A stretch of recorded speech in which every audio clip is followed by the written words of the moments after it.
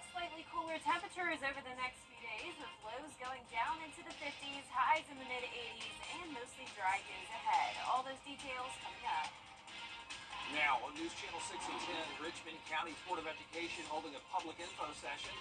Why the strategic waiver contract was at the top of their agenda. Also, a thank you for a job well done for educators. What award teachers in Allendale County received. And Georgia's governor in the area today to take a tour of Plant Vogel. What he had to say about the facility is your news at 10 starts now. Live from Television Park, this is WJBF News Channel 6 and 10 on MeTV. Good evening, everybody. I'm Brad Means. And I'm Jenny Montgomery. Thank you so much for joining us tonight. Coverage you can count on begins in Richmond County. The school board meeting to talk about plans for the new school year. Nikita Dennis has the story. The Richmond County Board of Education voted to renew the strategic waiver school system during a public hearing Wednesday. In 2015, the Georgia legislature had every school system determine whether or not they wanted to be a Title 20 no waiver system, or whether or not they wanted to utilize flexibility waivers in order to be able to waive certain requirements of law or state board rules. The strategic waiver will allow the school system to make changes on school policies impacting student achievement. Policy and Legal Compliance Officer Kim Fletcher says during the application process to renew the waiver, they gave school employees and parents the opportunity to give feedback. More post-college, post-high school readiness was a big topic, and how different CTAE courses might help our students. One recommended more hands-on training for our students. So there are some very good suggestions offered from those surveys. Fletcher says the school system waiver will be used to give schools flexibility for student growth. Back in 2015, we determined to become a strategic waiver school system. So one of the main goals is to fulfill those requirements, which is to enter into a contract with the State Board of Education and to decide on what waivers that we want to utilize as a school system in order to increase student achievements. In Augusta, Nikita Dennis, WJBF, News Channel 6.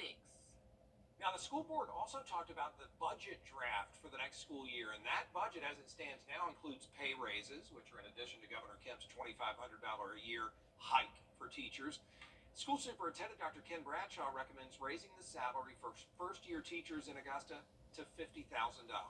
Bus drivers and lead drivers, as well as other employees, would get raises too. Board members will vote on the proposed budget after another reading and vote. All voters head to the polls next month for the runoff election for Richmond County Sheriff. Eugene Brantley holding a news conference today to outline some of his major goals if he wins, including making repairs to the Richmond County Jail, answering citizen alarm calls, and reincorporating the traffic division. Now, Bo Johnson was in that race. He came in third last week and today endorsed Brantley. Supporters say they're confident in his promises to the people if elected. Early voting for this race is June 10th through the 14th. It is time now for a check of the weather. And let's check in with Jennifer Tracci on a pretty mild night.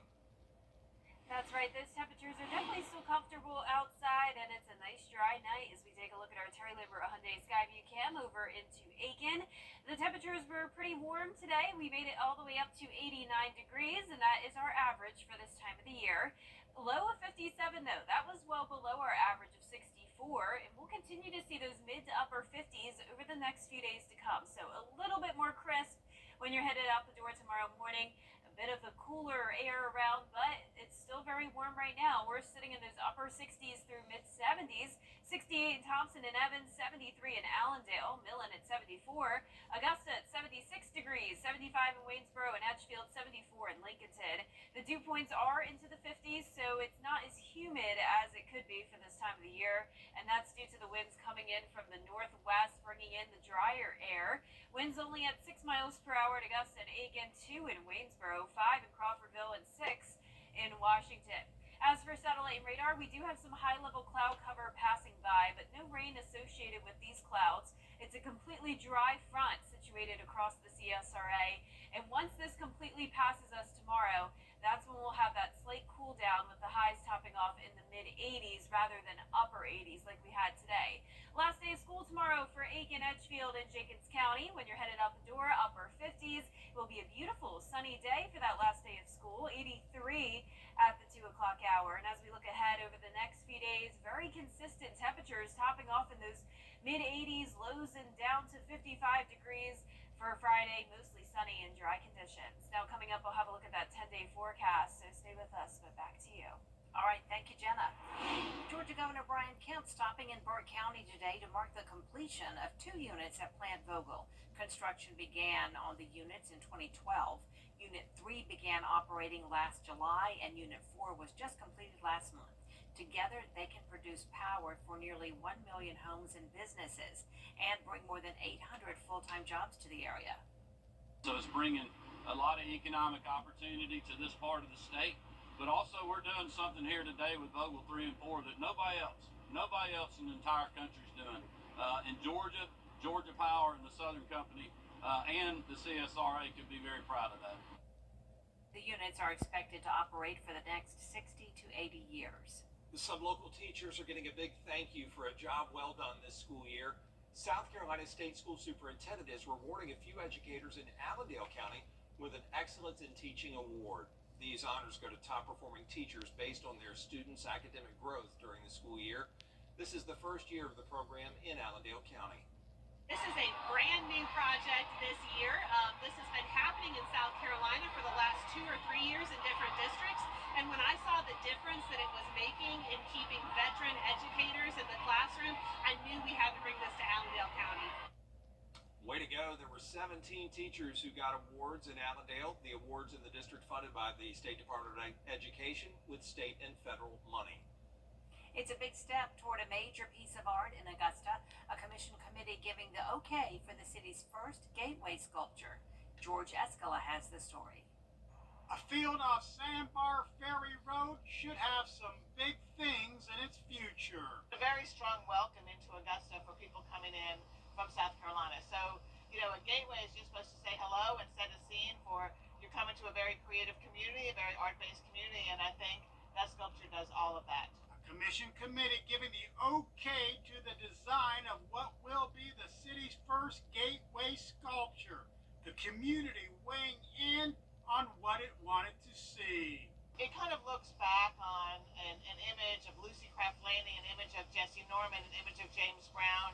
Very good for the where it's placed. Augusta has been down this road before. A gateway sculpture proposed for Alexander Drive and Riverwatch was rejected by city leaders who did not like the design, but that's not expected this time.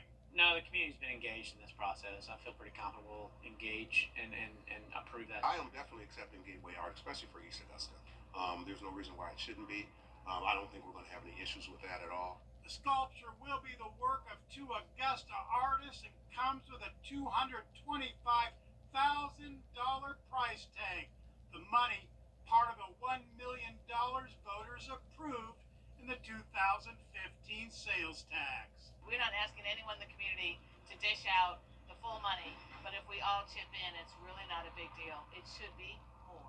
If the full commission gives final approval, a gateway sculpture should finally make the scene in 6 to 7 months. In Augusta, George Escala, WJBF, News Channel 6.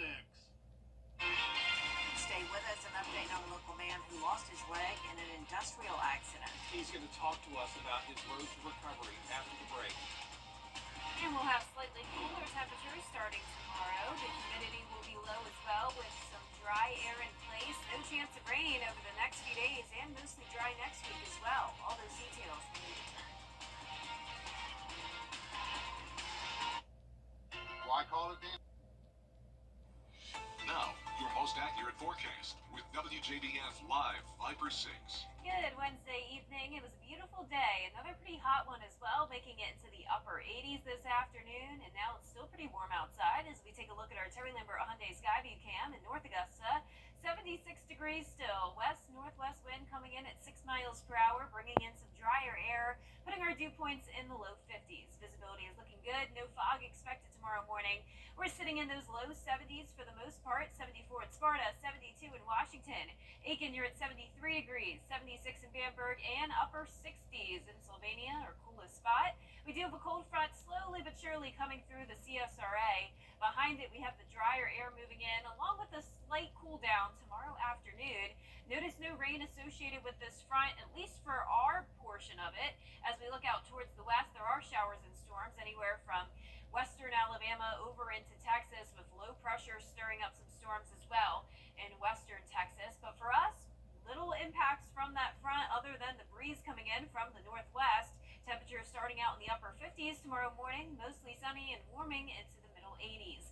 Our low temperatures will stay in the 50s all the way through the weekend, so definitely well below average, but we'll be right back to those near average temperatures next week.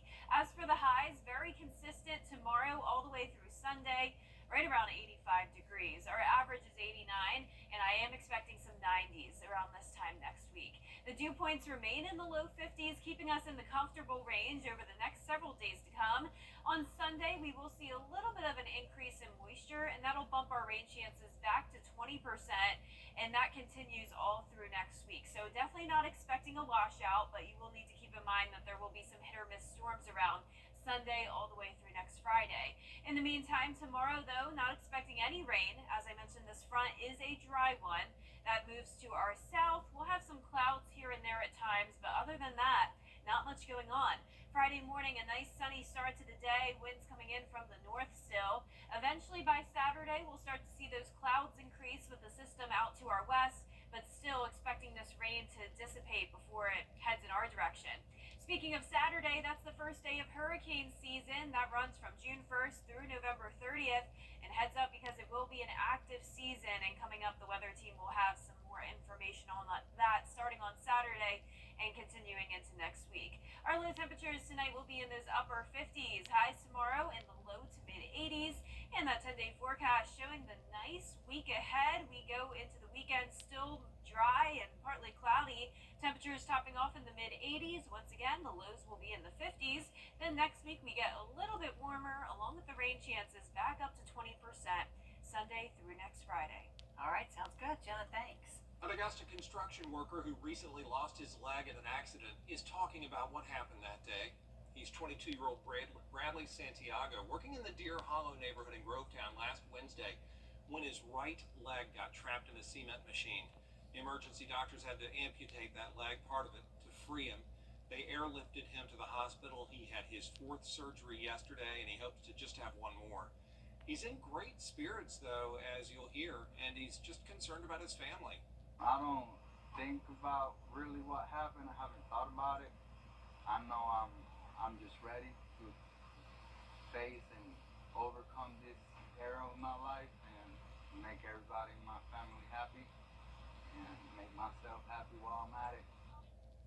Bradley's family has set up a GoFundMe to help with medical expenses and the equipment he's going to need in the future. We have a link to that at WJBF.com. Still ahead, we are following former President Trump's Diagnostic with recommended repair. No cool air, no problem. Call Bailey's today. A so-called tough doctor.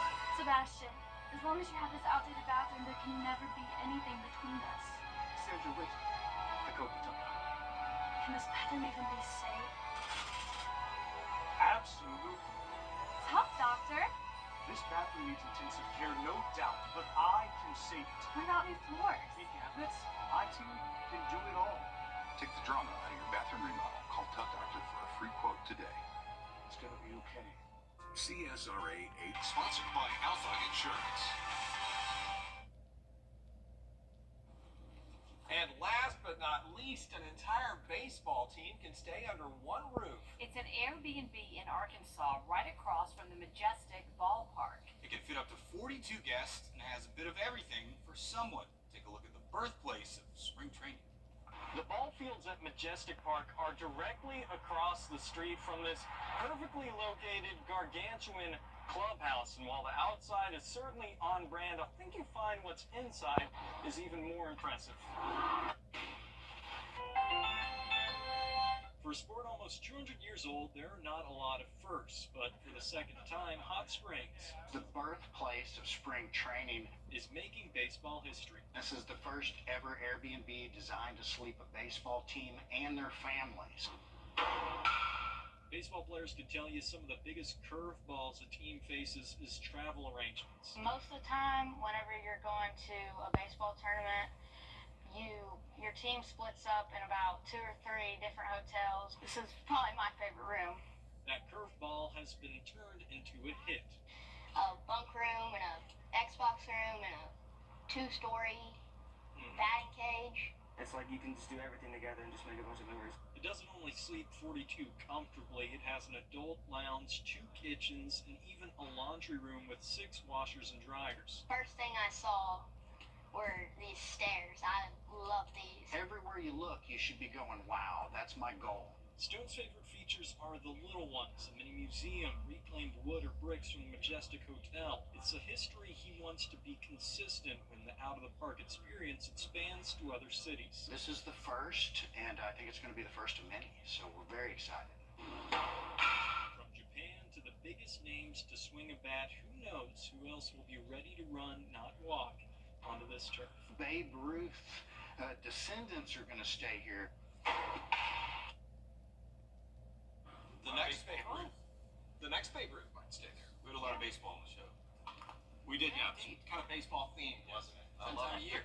Perfect weather for it out there too. Yeah, that's right. I really can't beat it this week. It is beautiful, mostly sunny skies tomorrow. Also some cooler mornings down into those upper 50s. 84 tomorrow afternoon, 85 for both Friday and Saturday. Becoming partly cloudy but staying dry on Saturday, then a 20% chance of rain Sunday through next week. All right, thanks a lot, Jenna. Looks good there. A little bit of everything. And thank you for watching. We're back at the top of the hour for News Channel 6 at 11.